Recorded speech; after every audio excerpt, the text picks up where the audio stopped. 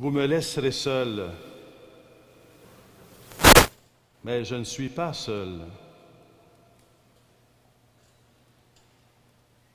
You will leave me alone,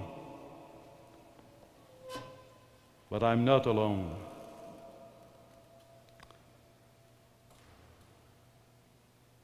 Dans votre vie de jeune homme, de jeune femme, il y a une solitude.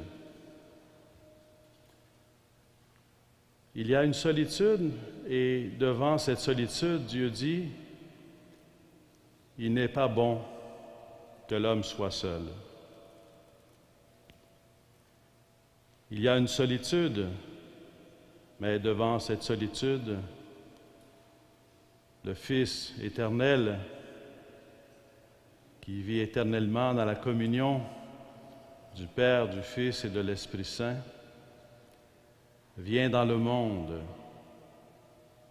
pour répondre à notre solitude.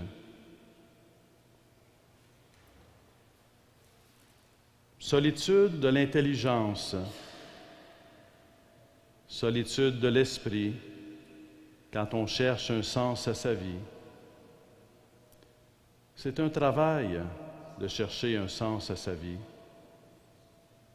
Parfois, ça surgit dans notre vie et ça se clarifie rapidement. Parfois, ça vient lentement. Parfois, ça prend des années.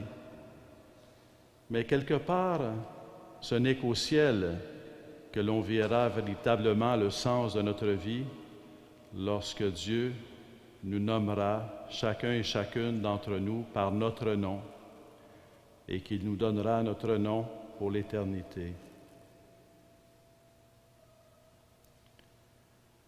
Solitude du cœur. Le cœur est fait pour l'amour. La vocation du cœur humain, c'est une vocation à l'amour.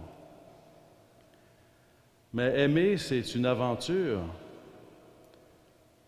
Aimer, c'est rencontrer celui ou celle qui va nous aimer. Aimer, c'est répondre à cet amour. Comment vivre en recherche de notre vocation à l'amour? Est-ce que la vocation à l'amour nous laisse dans la douleur tant qu'on n'a pas trouvé l'amour de notre vie? Est-ce que c'est possible d'être en paix, d'avoir la paix du cœur, alors qu'on est en recherche de notre vocation à l'amour? Solitude du corps. Le corps, et nous l'avons vu ensemble ces derniers jours, le corps est fait pour le don. Et lorsqu'il n'a pas où se donner, il est seul. Le corps est fait pour la communion. Et lorsqu'il ne vit pas la réciprocité du don, il est seul. Le corps est fait pour la fécondité.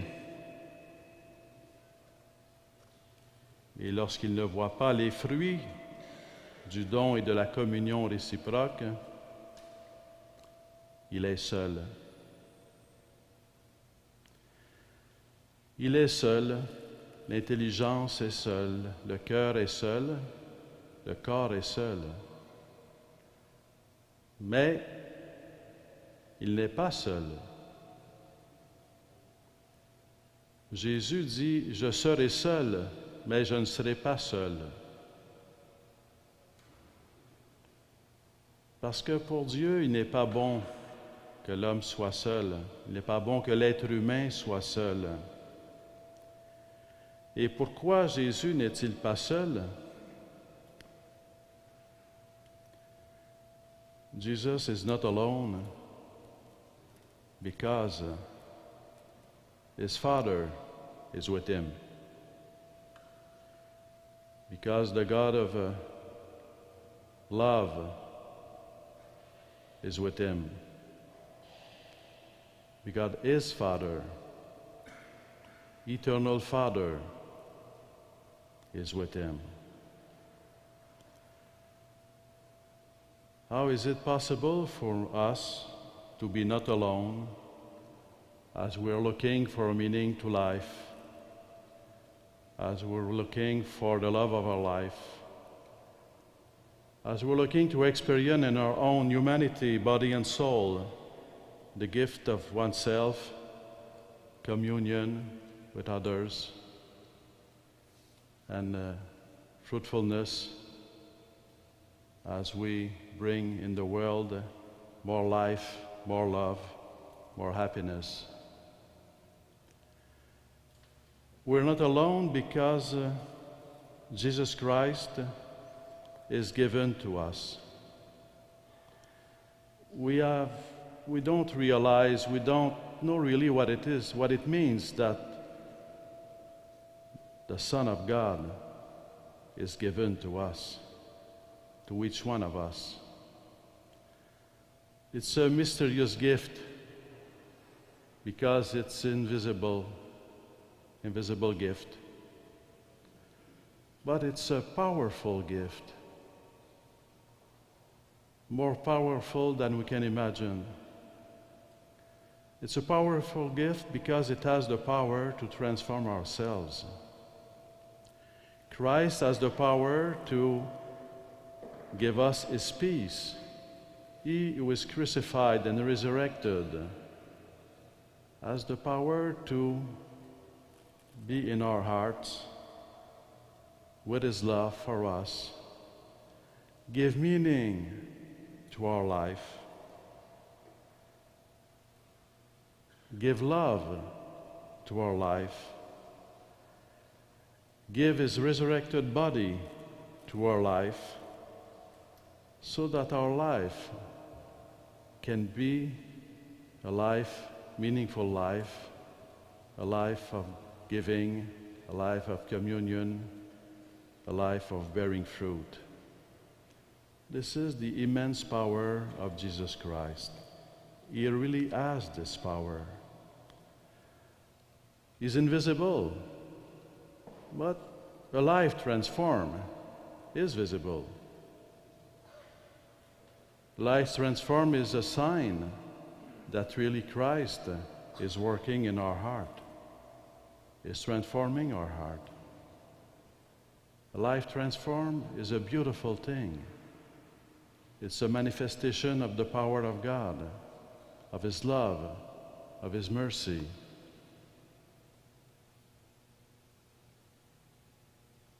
How is it possible for us to open our heart to Jesus Christ? How is it possible for us to follow Jesus Christ, to be his disciples, to be united with Jesus Christ?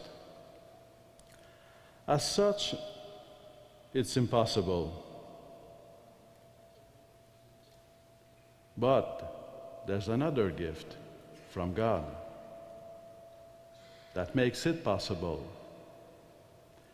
It's the gift of the Holy Spirit. It's not easy to understand the work of the Holy Spirit, but we have a few examples that we can use.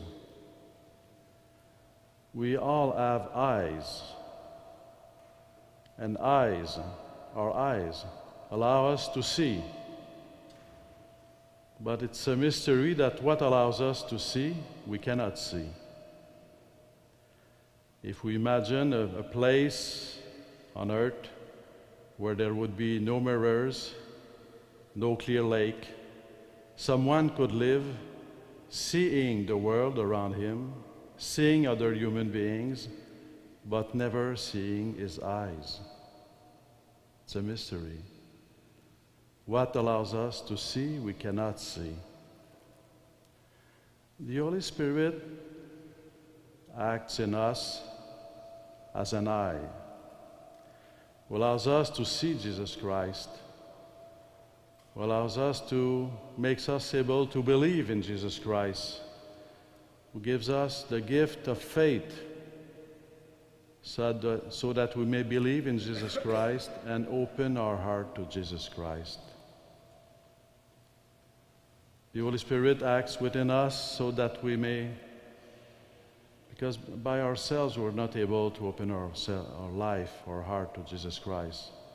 But really, He opens our heart to Jesus Christ. We experienced it last night as we were 2 hours here together praying in front of the Holy Sacrament, in front of Jesus Christ. We were silent. We were turned towards God. We were in adoration. We went to confessions, presenting our lives to the mercy of God. And we could do that because the Holy Spirit was leading us, helping us. So the gift is there. Solitude is part of life, but the gift of God is there. Whenever you experience solitude in your life, whatever the kind of solitude, it's impossible. God Himself said it, it's not good that human being be alone. And certainly we don't want to be alone. Anytime an experience of solitude happens in our life, we're looking for ways to get out of solitude. We cannot do otherwise. It can be a distraction, some entertainment, some looking for excitement. But the problem is when we have ended our entertainment, our time of entertainment, we go back to our solitude. We can't for a while forget our solitude, distract ourselves from our solitude, but in the end we always go back to it. If in our solitude, in the midst of our solitude, we turn to God in prayer, we turn to Jesus Christ, I promise you, that is, God promises you that you won't be alone.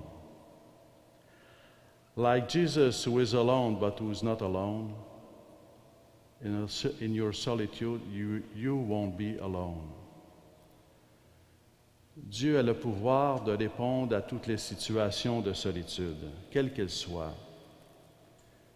Sa promesse, c'est d'être présent. Sa promesse, c'est de se donner à nous. Sa promesse, c'est d'éclairer notre cœur. Sa promesse, c'est de nous fortifier. Sa promesse, c'est de nous pacifier. Croyez en cette promesse. En croyant en Jésus-Christ, croyez en la promesse de Dieu d'être avec vous tous les jours de votre vie. Croyez en la promesse de Dieu de vous guider tous les jours de votre vie. Croyez en la promesse de Dieu de faire de vous des instruments de sa paix.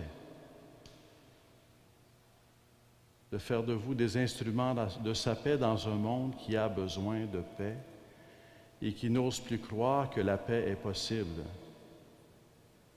Votre vie transformée par le Christ deviendra signe et est déjà signe que Dieu est à l'œuvre, que le Dieu est invisible est à l'œuvre, que le Dieu invisible nous transforme, que le Dieu d'invisible devient visible par notre vie de ressuscité.